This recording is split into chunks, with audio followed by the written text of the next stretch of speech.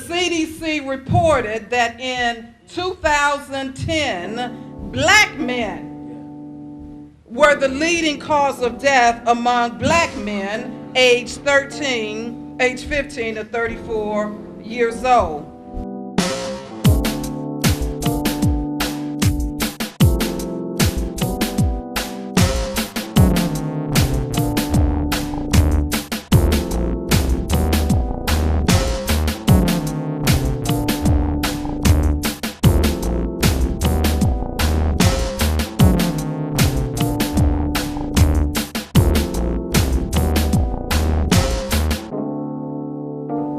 Good evening and welcome to Captions. Tonight we have a very special program to share with you.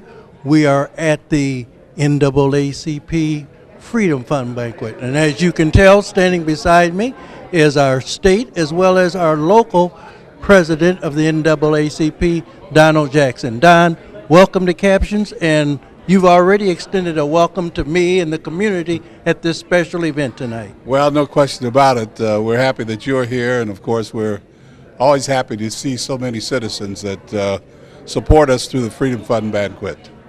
Well, it's been a pleasure through Captions to be able to cover these events because for many reasons, many people are not able to attend, but by being able to record your speaker and the event, it shares with other individuals what is going on with the NAACP, and they'll see that the NAACP is doing well and is still alive. In fact, what are some of the issues that we're facing here in 2011 that may either be different or greater than they were before?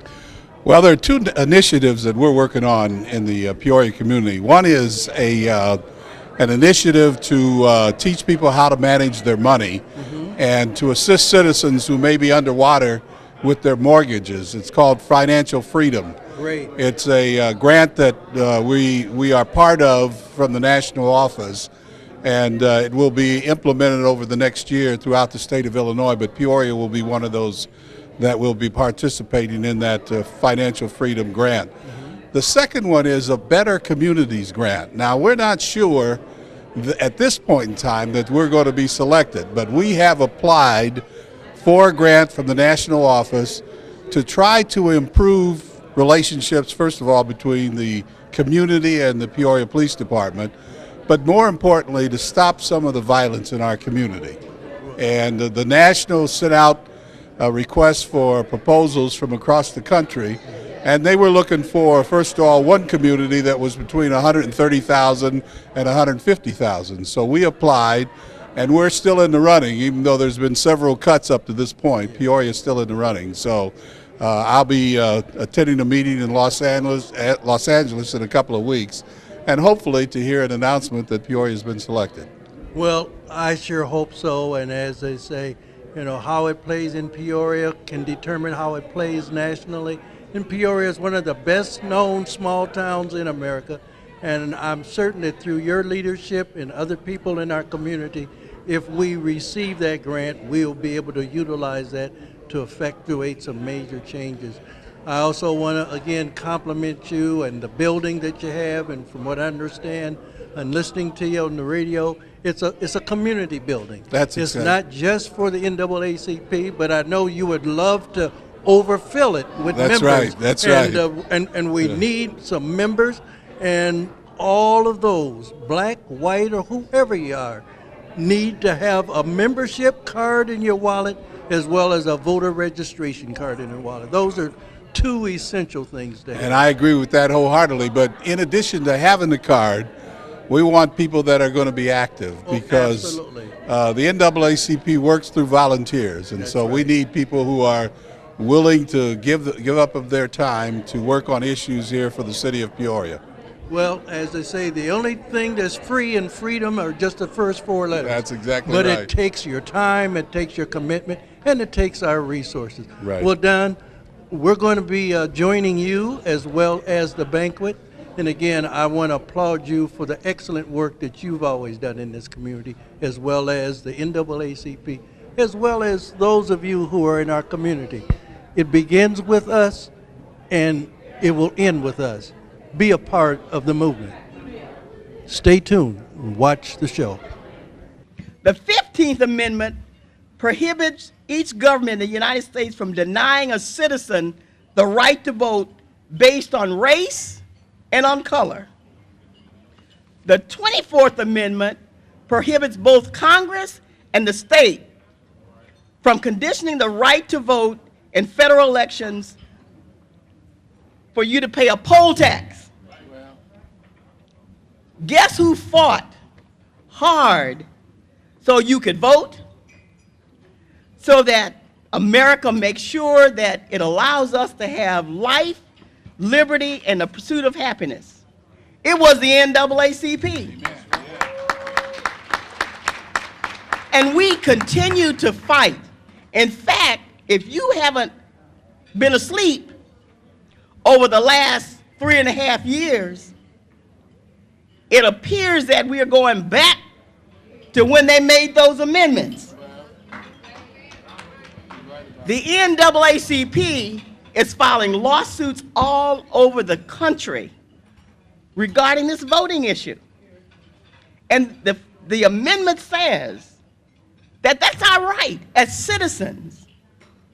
They're filing lawsuits because of school desegregation again.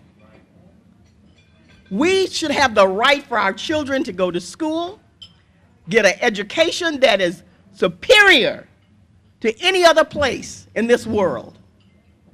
And we as the NAACP have been fighting continuously for that. But you know what? We can't fight without you. We cannot do the things that we need to do to make sure that America keeps its promise. They made a promise to us, and right now we got a bad check. And we have got to start moving. You heard Jackie said something about moving and getting things done. We're going to have to do it. Helen, stand up, Helen King. Helen is the membership chair for the NAACP. You should not leave this room tonight. You should not leave this room tonight without seeing Helen. We are fighting the same old battles we have fought before.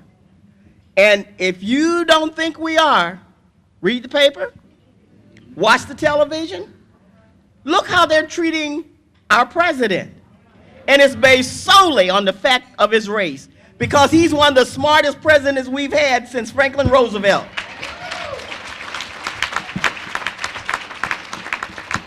He don't have to show anybody his grades. He knows what he is. That's why he's so cool. Amen? Amen. So I plead with you tonight, do not leave this room without seeing Helen if you're not a member of the NAACP. But more than that, we need your hands, we need your feet, but more than that, we need your mind. We need you to help us to move on and do what we need to in this city. Come to the meetings the third Thursday of every month at our building. Come see what we do and the things that we do to make sure that we hold America to its promise. The wonderful thing about the NAACP is this. When you first get into this, you become freedom fighters. You become soldiers on the ground. And then eventually you become officers and you become collaborators. And at some point in the journey, you become friends. But then eventually that friendship evolves into a family. And so that is how I esteem Ernestine and Don. Ladies and gentlemen, I hope you know what kind of leader you have in Don Jackson. Amen. I have admired Don for a long time, but one of the things that I admire about Don the most is that Don speaks his mind. I don't care who he is talking to and there is a disagreement. Don is going to speak his mind. Don is going to have the last word if needed. And 99% of the time, Don is right. So, Don, I just want to thank you for your leadership of the NAACP. Your stewardship and governance over the state has been unparalleled, and you ought to clap right there. It has been unparalleled. Don brought a level of reconciliation, cohesiveness, harmony, and teamwork to the state conference of the NAACP that we have not seen in years. So Don, thank you again. You are an awesome leader. And I also want to thank the Freedom Fund Committee, the officers and members of the NAACP, as well as the sponsors. And I would be remiss if I did not thank my AME family. Amen. I know I'm going to get at least 2 amens up here, right? And I want to thank everyone on the dais tonight for your support. As I was unpacking my car and loading things up, a lady, there were 2 women in the lobby, and I was teasing these women, and they didn't know who I was. They didn't know I was the speaker. And I said to them, well, who is the speaker tonight? And one lady said, well, they wrote about her in the paper. I heard she's pretty good. And the other lady said, well, I heard she's good too, and I also heard she won't be long.